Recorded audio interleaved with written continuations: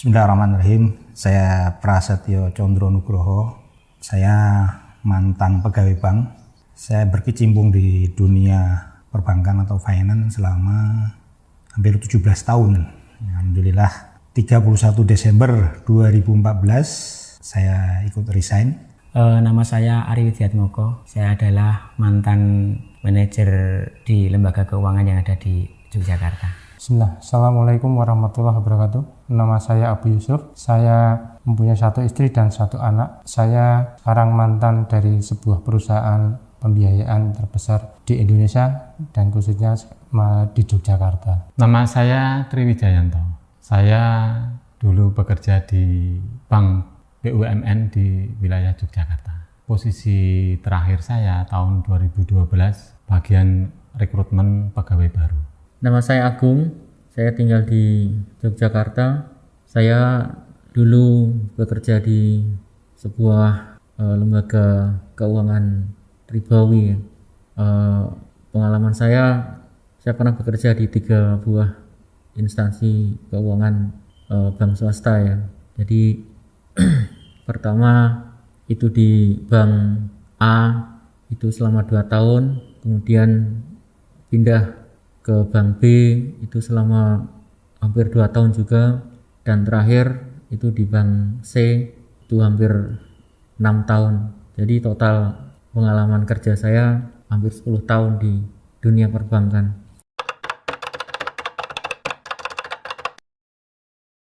Pekerjaan saya banyak di dunia marketing, terutama di lending. Jadi banyak mencari nasabah untuk kredit. Dan yang terakhir, ketika saya diberi amanah untuk mimpin 1 unit, ya funding, ya lending. Jadi kita urusi semua.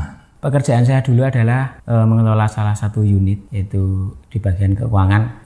Dan pada waktu itu saya memegang penuh. Saya punya bawaan banyak, punya marketing banyak, seperti itu. Saya pada waktu itu sebagai seorang pekerja lapangan, di situ sebagai marketing. Saya tugasnya mencari nasabah atau konsumen. Saya setiap hari standby di dealer-dealer yang ada di Jogja. Di situ saya mengerjakan pekerjaan dengan mensurvei atau membuat laporan kepada calon nasabah yang pada waktu itu saya kunjungi langsung ke rumah nasabah atau konsumen. Saya waktu itu bertugas sebagai pelaksana untuk perekrutan pegawai baru, baik pegawai kontrak maupun pegawai outsourcing. Pada waktu saya kerja di bank, jabatan saya lebih ke marketing. Jadi memang karena dulu juga saya memilih di marketing itu karena mungkin di lapangan itu untuk pekerjaan apalagi di lembaga keuangan itu akan lebih banyak yang bisa didapat dari sekedar gaji di kantor.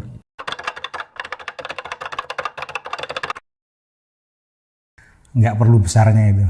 Yang penting sekarang saya udah berhijrah atau sudah meninggalkan dunia riba tersebut, dan itu balasan Allah yang lebih besar itu daripada gaji yang kita terima dahulu. Pendapatan sebulan kira-kira 10-15 jutaan. Penghasilan saya sebulan kalau di Jogja cukup untuk bisa hidup, bahkan bisa untuk menabung. Penghasilan saya sebulan terakhir tahun 2012 itu berkisar, saya lupa angkanya, tapi antara 5-6 juta per bulan. Pada waktu itu untuk gaji bisa saya sebutkan sangatlah bisa diandalkan ya. Jadi gaji saya sebulan itu sangat-sangat cukup untuk kehidupan sebuah keluarga ya. Apalagi ditambah dengan pekerjaan yang di luar gaji pokok, yaitu di lapangan itu banyak kita berhubungan dengan nasabah, kita banyak berhubungan dengan orang, dan tentu saja kita sebagai orang yang menjembatani mereka untuk mendapatkan sebut saja mendapatkan pinjaman, mendapatkan kredit, itu kita yang menjembatani mereka, dan mereka tentu saja sangat berharap bahwa mereka pengajuannya bisa di-ACC oleh bank. Itulah kesempatan saya pada waktu itu untuk mendapatkan lebih ya dari apa yang saya dapatkan dari gaji pokok.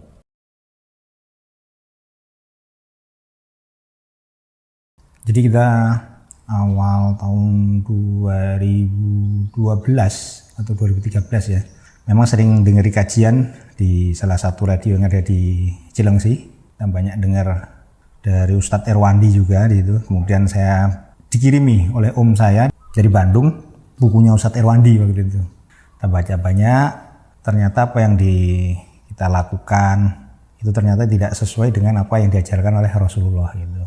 Awal mula saya hijrah adalah berawal dari kumpul-kumpul komunitas motor trail pada waktu itu, dan di situ kami bersama-sama ingin hijrah bersama, dan salah satu teman kami memberikan sebuah video tentang riba, yaitu video di mana di situ disampaikan oleh Ustadz Amin Nur Bait. Setelah saya mendapatkan video tersebut, saya awalnya memberontak. Awalnya saya tidak terima kenapa pekerjaan saya itu ternyata haram. Namun di semakin hari hati saya gelisah dan saya bertanya-tanya apakah benar pekerjaan saya ini haram. Namun saya masih bersikukuh karena saya masih mengandalkan logika saya. Namun hati saya selalu mengatakan bahwa ini adalah pekerjaan yang haram. Pada waktu itu saya mengalami kegelisahan dalam pekerjaan saya.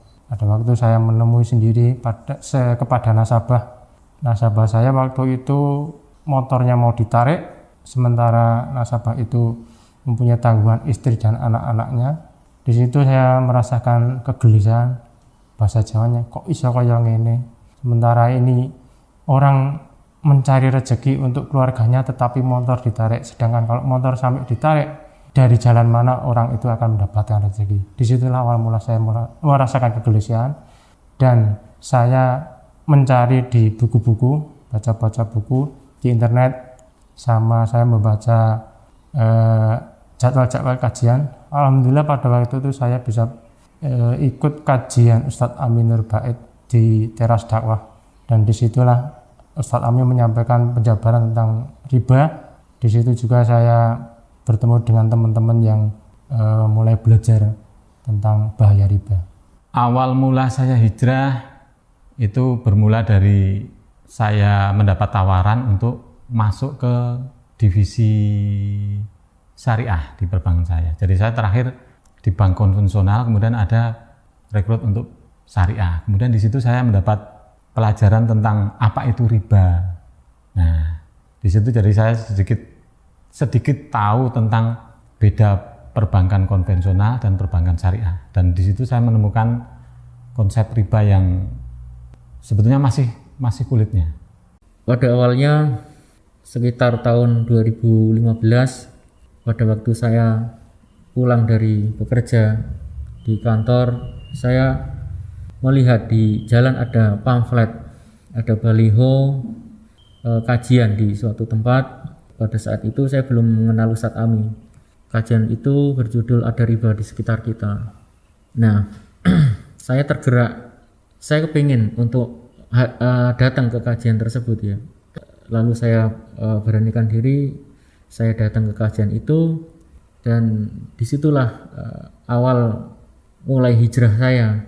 Dari disitu Ustadz yang mengisi kajian, yang memberikan materi itu belakangan saya ketahui itu adalah Ustadz Amin Nur Bait.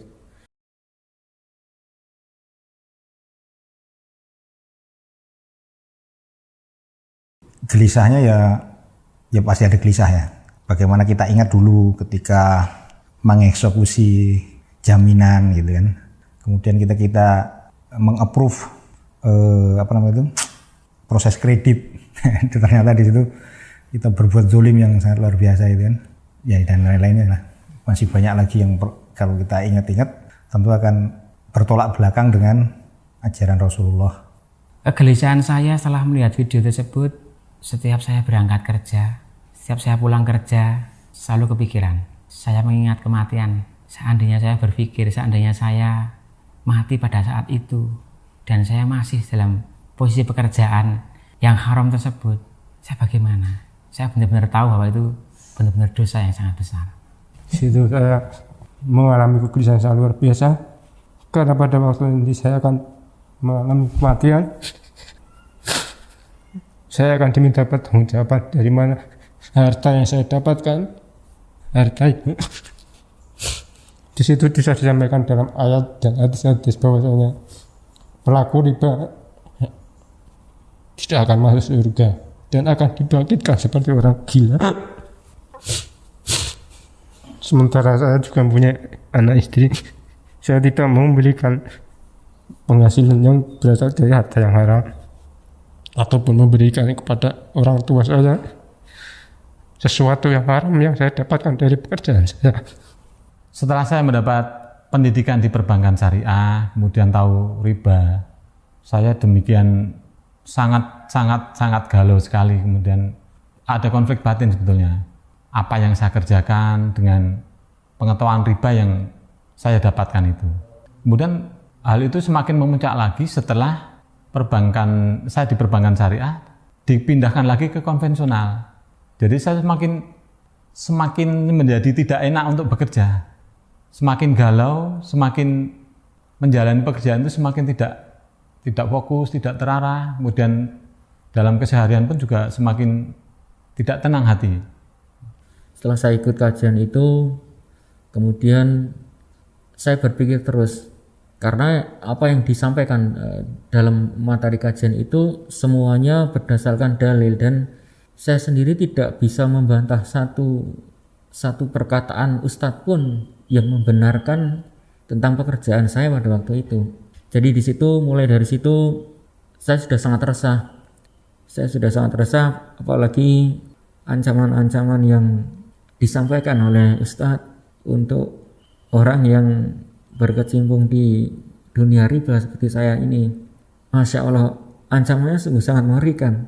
Mulai dari ketika kita mati di alam barzah itu berenang di sungai darah, lalu dilempari batu sehingga tidak bisa menepi.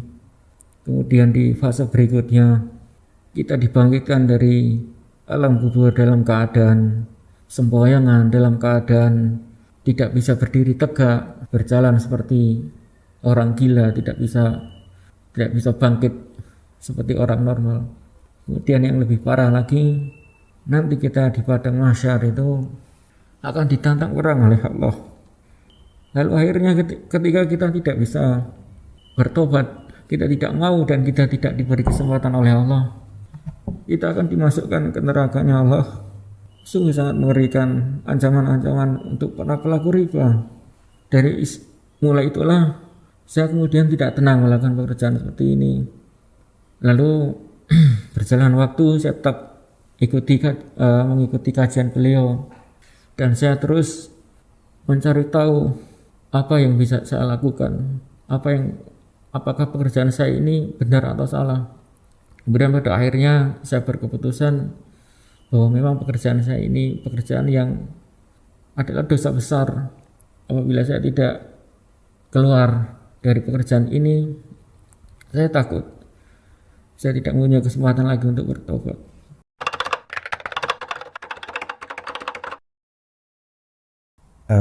Dari pihak keluarga sendiri, istri terutama, ya sangat mendukung gitu.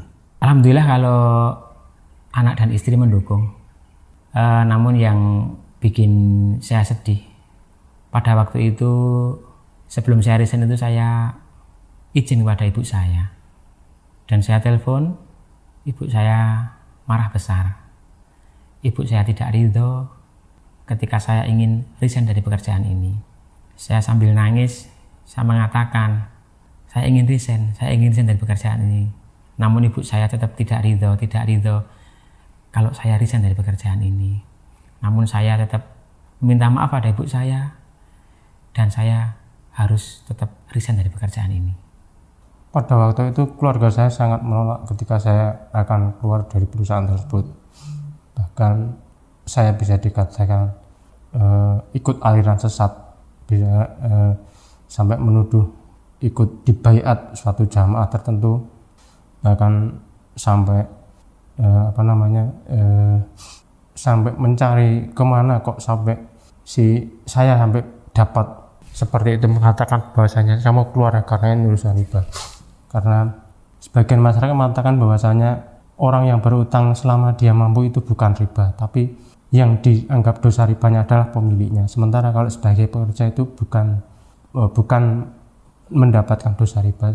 Dan saya tetap menyampaikan pelan-pelan melalui membeli bukunya Ustadz Ami yang judulnya Ada Apa Dengan Riba. Saya beli dan saya taruh di rumah, dibaca. Alhamdulillah sekarang orang tua saya sudah mendukung dan sudah tahu tentang bahaya riba. Setelah saya resign, kalau dari pihak keluarga, dari istri, anak mendukung apa yang saya putuskan.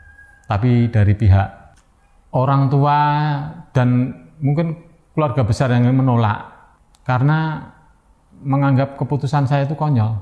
Jadi wong hidup sudah enak, fasilitas semua sudah tersedia, hidup sudah mapan, kok mencari masalah, harus keluar yang pekerjaannya nanti entah apa, penghasilannya apa, dari mana.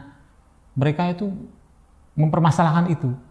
Jadi waktu itu juga semacam ada konflik dalam tanda petik ya, konflik dengan ayah ibu keluarga besar yang tidak setuju dengan keputusan saya untuk keluar dari perbankan. Kemudian selanjutnya di akhir 2015 saya putuskan untuk mengundurkan diri keluar dari pekerjaan saya. Pada saat itu fase-fase yang saya alami sangat-sangat, istilahnya saya jatuh di jurang kehidupan yang paling dasar, ditambah lagi dengan keluarga saya, jadi hancurnya rumah tangga saya juga. Pada waktu itu saya berpikir bahwa inilah hasil yang saya peroleh dari mencari pekerjaan, mencari uang dengan cara yang haram. Kemaksiatan demi kemaksiatan saya lakukan tanpa merasa berdosa. Kemudian saya sadar inilah yang Allah berikan kepada saya dan keluarga saya juga. Akhirnya saya berpisah juga dengan istri. Kemudian saya tidak tahu juga kemana larinya harta yang sekian tahun saya kumpulkan, sekian tahun saya banggakan. Allah sudah mengambil semuanya dengan cara yang sangat cepat.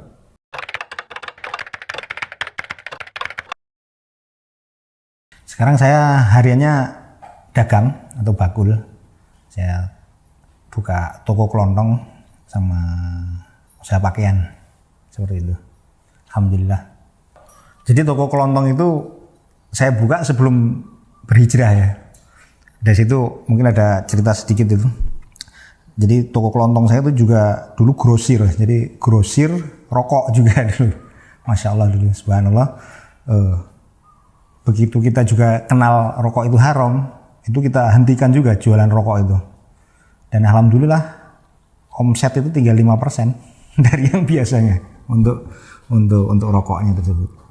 Jadi salah satu rangkaian hijrahnya itu di toko juga kami tidak menjual rokok sampai sekarang dah. Saat ini setelah saya resign dari pekerjaan riba, saya mendirikan sebuah usaha, yaitu sebuah usaha toko baju. Namun qadarullah ya, namanya kita berhijrah. Ketika kita berhijrah bukan berarti kita berpindah sebuah pekerjaan, namun adalah semakin banyak ujian di situ. Dilihat dari sisi hasil jauh berbeda, lebih besar dibandingkan pekerjaan yang dulu. Namun saya tetap semangat dalam keadaan yang sekarang. Pada waktu itu saya setelah hijrah dari perusahaan leasing tersebut, saya ikut pada teman saya di perusahaan pulsa. Saya ikut jadi sales ya pulsa. Saya keliling di Jogja jualan pulsa, ambil tagihan pulsa, dan di situ alhamdulillah saya menemukan ketenangan hati saya, kenyamanan hati saya, merasakan bahwasanya hasil yang saya dapat adalah halal. Bisa dikatakan lebih dari cukup. Setelah itu saya dari perusahaan pulsa itu saya keluar, saya merintis usaha sendiri, buka warung ayam, saya kelola sendiri, saya jalankan sama istri saya, dan alhamdulillah melalui berjalannya waktu bisa bisa cukup buat hidup kami, walaupun dalam prosesnya bisa pasang surut, tapi saya merasakan kenyamanan dan ketenangan dalam mencarikan rezeki yang halal. Setelah saya resign, kemudian saya memutuskan untuk bekerja, tapi yang harus halal kalau saya itu putusan seperti itu.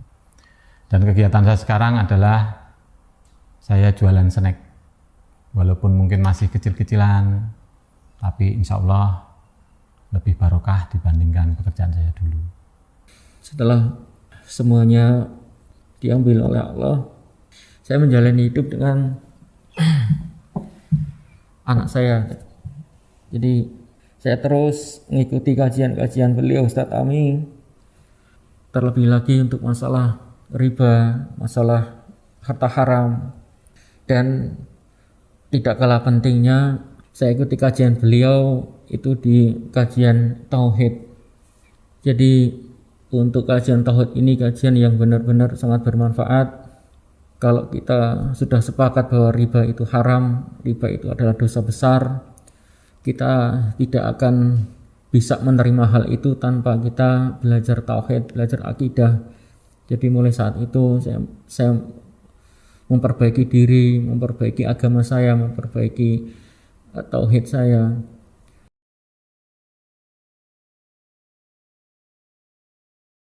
Untuk teman-teman yang masih berkecimpung di dunia riba, tekadkan bulat, niatkan untuk ibadah, niatkan karena Allah, tinggalkan yang haram tersebut.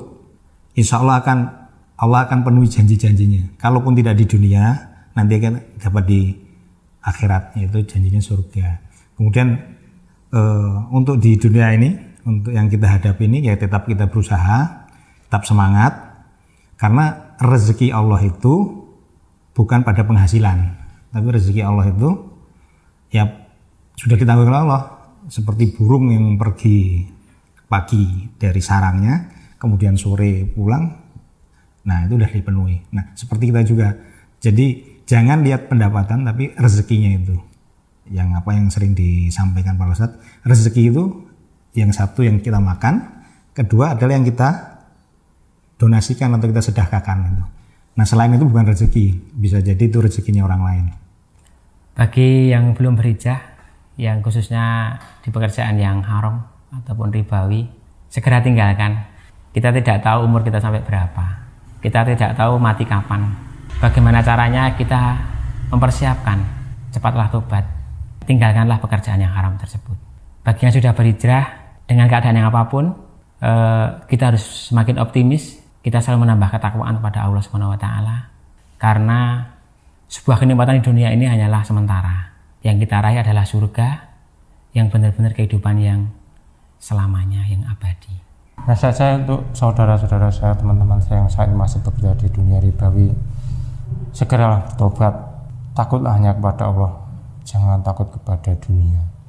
Ketika engkau meninggalkan dunia, insya Allah Allah akan menjamin rezekimu. Jadi carilah harta yang halal, jangan mencari harta yang haram, karena harta yang haram tidak akan memasukkan seorang ke surganya Allah. Dan jika memakan harta haram akan mengeraskan hati, bisa jadi dalam keluarga Anda bisa menjadi keluarga yang bahasa Jawanya congkrah, mungkin dari keluarga atau anak istri bisa sakit-sakitan atau bahkan berani menentang kepada Anda. Tetapi jika engkau mencari rezeki yang halal, insya Allah Allah akan memberikan jaminan rezeki dan hati yang tentram, damai. Saran buat teman-teman yang masih bekerja di lembaga ribawi, bahwa ilmu itu harus dicari. Karena dengan kita mencari, mengkaji, kita akan lebih tahu mana yang halal, mana yang haram. Dan bahkan berdasar ilmu yang saya peroleh, saya masih meyakini bahwa bekerja di bank syariah itu benar. Ternyata qadarullah, ternyata haram. Sehingga salah satu konsekuensinya adalah istri saya harus keluar dari perbankan syariah tersebut. Memang kehidupan kami mungkin dibandingkan dengan saya dan istri masih bekerja di lembaga ribawi, perbedaannya sangat jauh. Tapi di satu sisi ada hal yang membuat saya tenang, bahwa kami sudah meninggalkan salah satu kemaksiatan yang itu dilaknat oleh Allah, bahkan ditantang perang oleh Allah dan Rasul-Nya. Sehingga kami bisa menghadapi ujian-ujian yang Allah berikan, insya Allah dengan ikhlas, dengan berharap semoga Allah akan mengganti yang lebih baik di akhir hidup kami, di akhirat nanti. Kemudian mulai setelah saya keluar dari pekerjaan riba, saya dulu pernah berpikir bahwa orang yang meninggalkan sesuatu yang tidak baik, yang haram, itu akan diganti dengan pekerjaan yang lebih baik, atau dalam artian penghasilan yang lebih baik. Setelah saya alami, itu tidak merupakan jaminan juga bahwa apa yang telah kita tinggalkan akan diberi ganti sesuatu yang lebih baik, dalam tanda petik, dalam arti materi yang lebih baik. Tidak, jadi yang diganti yang lebih baik itu dalam artian lebih berkah. Dulu saya punya semuanya, sekarang saya tidak punya apa-apa. Dulu punya apa-apa, sekarang tidak punya apa-apa. Itu perbedaannya di berkah. Sesuatu yang banyak, sesuatu yang kita bangga-banggakan, apalah artinya jika semuanya itu nanti akan memberatkan kita sendiri di akhirat.